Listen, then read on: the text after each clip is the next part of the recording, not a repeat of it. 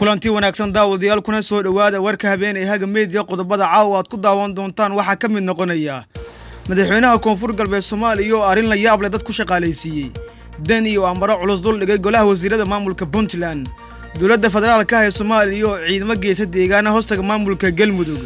guddigii doorashada Jubbaland oo kalsoonidii lagala laabtay Puntland oo xabsiga dhigtay shakhsiyaad ra'iisul wasaare Khayre ka gudoomay lacag lagu dhisay waddo ku taala Boosaaso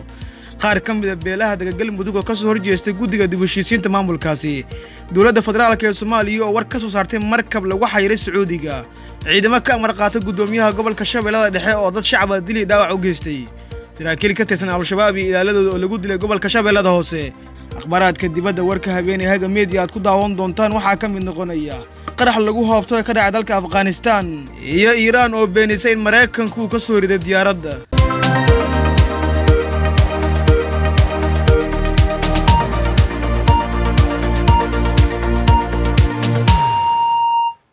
fadlan haddii aad nagu cusub tahay subscribe YouTube channel-kan haga media si aan idinku soo gudbino wararkii ugu dambeeyay ee Soomaalida iyo caalamka intiisa kale hagaag markana warkii oo fidsan waxaan ku bilaabayaa madaxweynaha koonfur galbeed Cabdulcasiis Xasan Maxamed Laftagareen madaxweynaha koonfur galbeed Soomaaliya ayaa waxa la sheegay sida warbaahinta warkan ka soo xigeenay caasimada ay shaacisay inuu qortay bishan Julaay dhalinyaro ku amaana baraha bulshada kuwaas oo uu lacag ku siinayo dhalinyaradan oo badan reer Muqdisho ayaa si xawli ah u shaqo galiyay toddobaadkii la soo dhaafay dhammaan amaana ay u jeedinayaan madaxweynaha koonfur galbeed Soomaaliya Cabdulcasiis Xasan Maxamed Laftagareen oo maalmihii ugu dambeeyay socdaal ku maray deegaanada koonfur galbeed Soomaaliya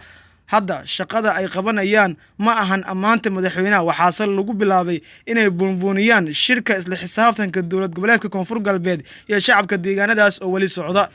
inta ugu badan dadka ay qoratay madaxtooyada koonfur galbeed waa wariyaal ka howlgala warbaahinta magaalada Muqdisho mana ahan wariyaal asal ahaan ka soo jeeda deegaanadaasi lacagta ay mushaar ahaan u qaataan ama badanaa waxa la siiyaa inta u dhaxayso $60 ilaa iyo $150 sida ay noo xaqiijiyeen xubno ka tirsan madaxtooyada Baydhabo wariyaasha qaar ee loo qoray $60 ayaa lacagtooda waxa ay soo martaa duleelo waxaana midkii ugu yar madaxtooyada uga diiwaan gashan $100 talaabadan uu qaaday Laftagareen ayaa waxa ay ku soo aadaysaa kadib markii dowladda federaalka Soomaaliya gaaraan xafiisyada madaxweynaha Soomaaliya iyo ra'iisul wasaare Xasan Cali Khayre $10 ay ku bixiyaan bil waliba sidii loogu buunbuunin lahaa ama loogu amaani lahaa baraha bulshada ee internetka Laftagareen ayaa muddooyinkii ugu dambeeyay deegaanada koonfur galbeed waxa uu kaga caanbaxay magaca ninka xoogga lagu keenay ee Muqtaar lagu bedelay oo dadka qaar ee koonfur galbeed Soomaaliya ay u aaminsan yihiin madaxweynaha maamulka Puntland Saciid Cabdullaahi Dani ayaa amaro culus dul dhigay golaha wasiirada maamulkaasi kadib markii shir ay ku yeesheen magaalada Garowe ee xarunta gobolka Nugaal Dani ayaa faray dhammaan golihiisa wasiirada wareegtadii shalay uu soo saaray inay dhaqan gelishaan taas oo ahayd in aan la deegaamaysan karin dhulka daaqsimeedka dooxowga iyo buuxinta goobaha dadka reer miyiga loogu talagalay inay ariga ku soofsadaan sidoo kale waxa uu tilmaamay in marnaba aan la ogolaan doonin in la dago ama la dhisto dhul daaqsimeed ku yaala deegaanada dowlad goboleedka Puntland madaxweyne Dani ayaa xusay in talaabo adag oo sharciga oo fakhsan laga qaadi doono cidii falkaasi ku dhaqaaqda ugu dambeyn wuxuu ugu baaqay shacabka inay fuliyaan amarkan isla markaana ay ka shaqeeyaan horumarka deegaanadooda Puntland oo maamulkii ugu horeeyay ee la aasaasay dalka markii dowladda federaalka Soomaaliya ay federaal ka qaadatay ayaa haatan ku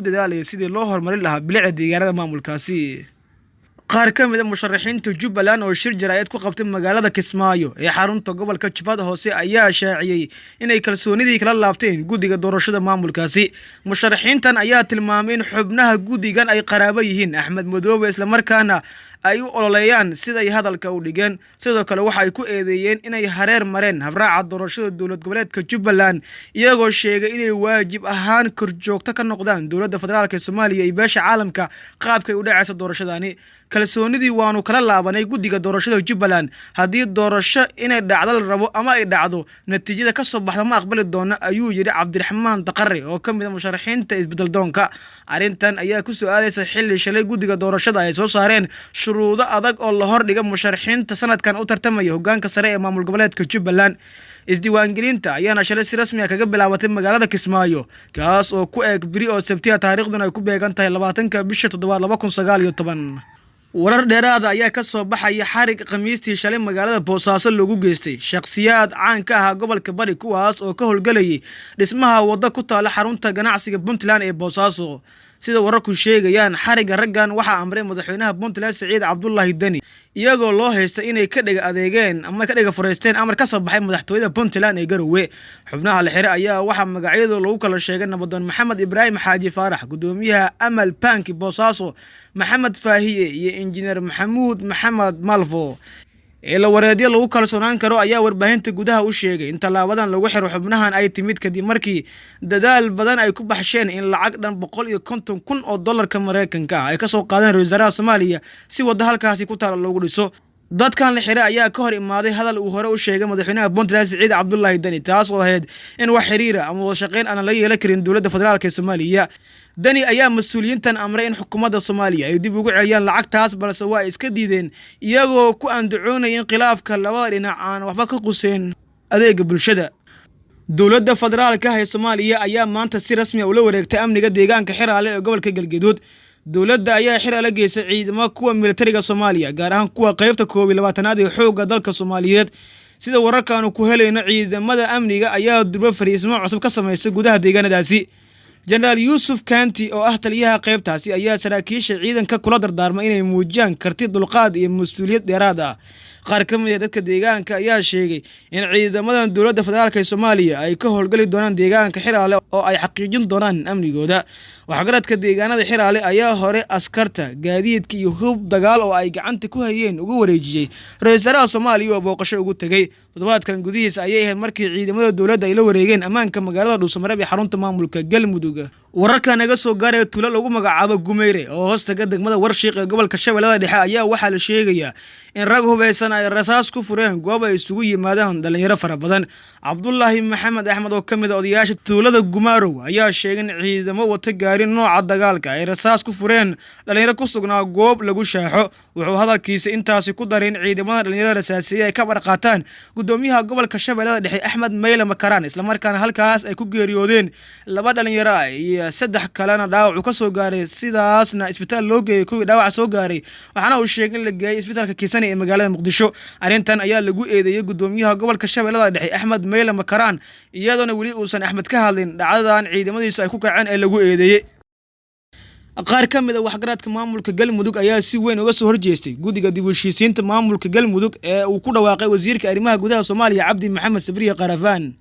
waxgaradka degmooyinka Cabud Waaqi Xiraale ayaa iska diiday dhammaan xubnaha guddiga oo ay sheegeen inaysan ku matalin deegaanada maamulka Galmudug. waxgaradku waxay sheegeen in khayro uu ka baxay balanti uu ka qaaday markii uu booqday deegaanada waqooyi ee gobolka Galgaduud. warka ka soo baxay waxgaradkan ayaa lagu sheegay inaysan ahayn mid loo wada dhan yahay isla markaasina ra'iisul wasaaruhu uu ka dhicisoobi doono dadaalada uu ku doonayo deegaanada Galmudug inuu xal waara ugu soo dabaali doono maadaama bay dhaheen uu ku xadgudbay heshiis uu hore ula galay. wararka naga soo gaaray gobolka Shabeellaha Hoose ayaa ku soo waramaya in saacadii la soo dhaafay duqeyn qasaare geysatay ay ka dhacday qaybo ka mid ah gobolkaasi. duqeyntan oo ahayd mid xoogan ayaa ka dhacday agagaarka deegaanka Kunyo Barow ee gobolka Shabeellaha Hoose. sida la sheegay duqeyntan ayaa lala bartilmaameedsaday gaari ay la socdeen xubno ka tirsan Al-Shabaab xilli uu marayay duleedka deegaankaasi.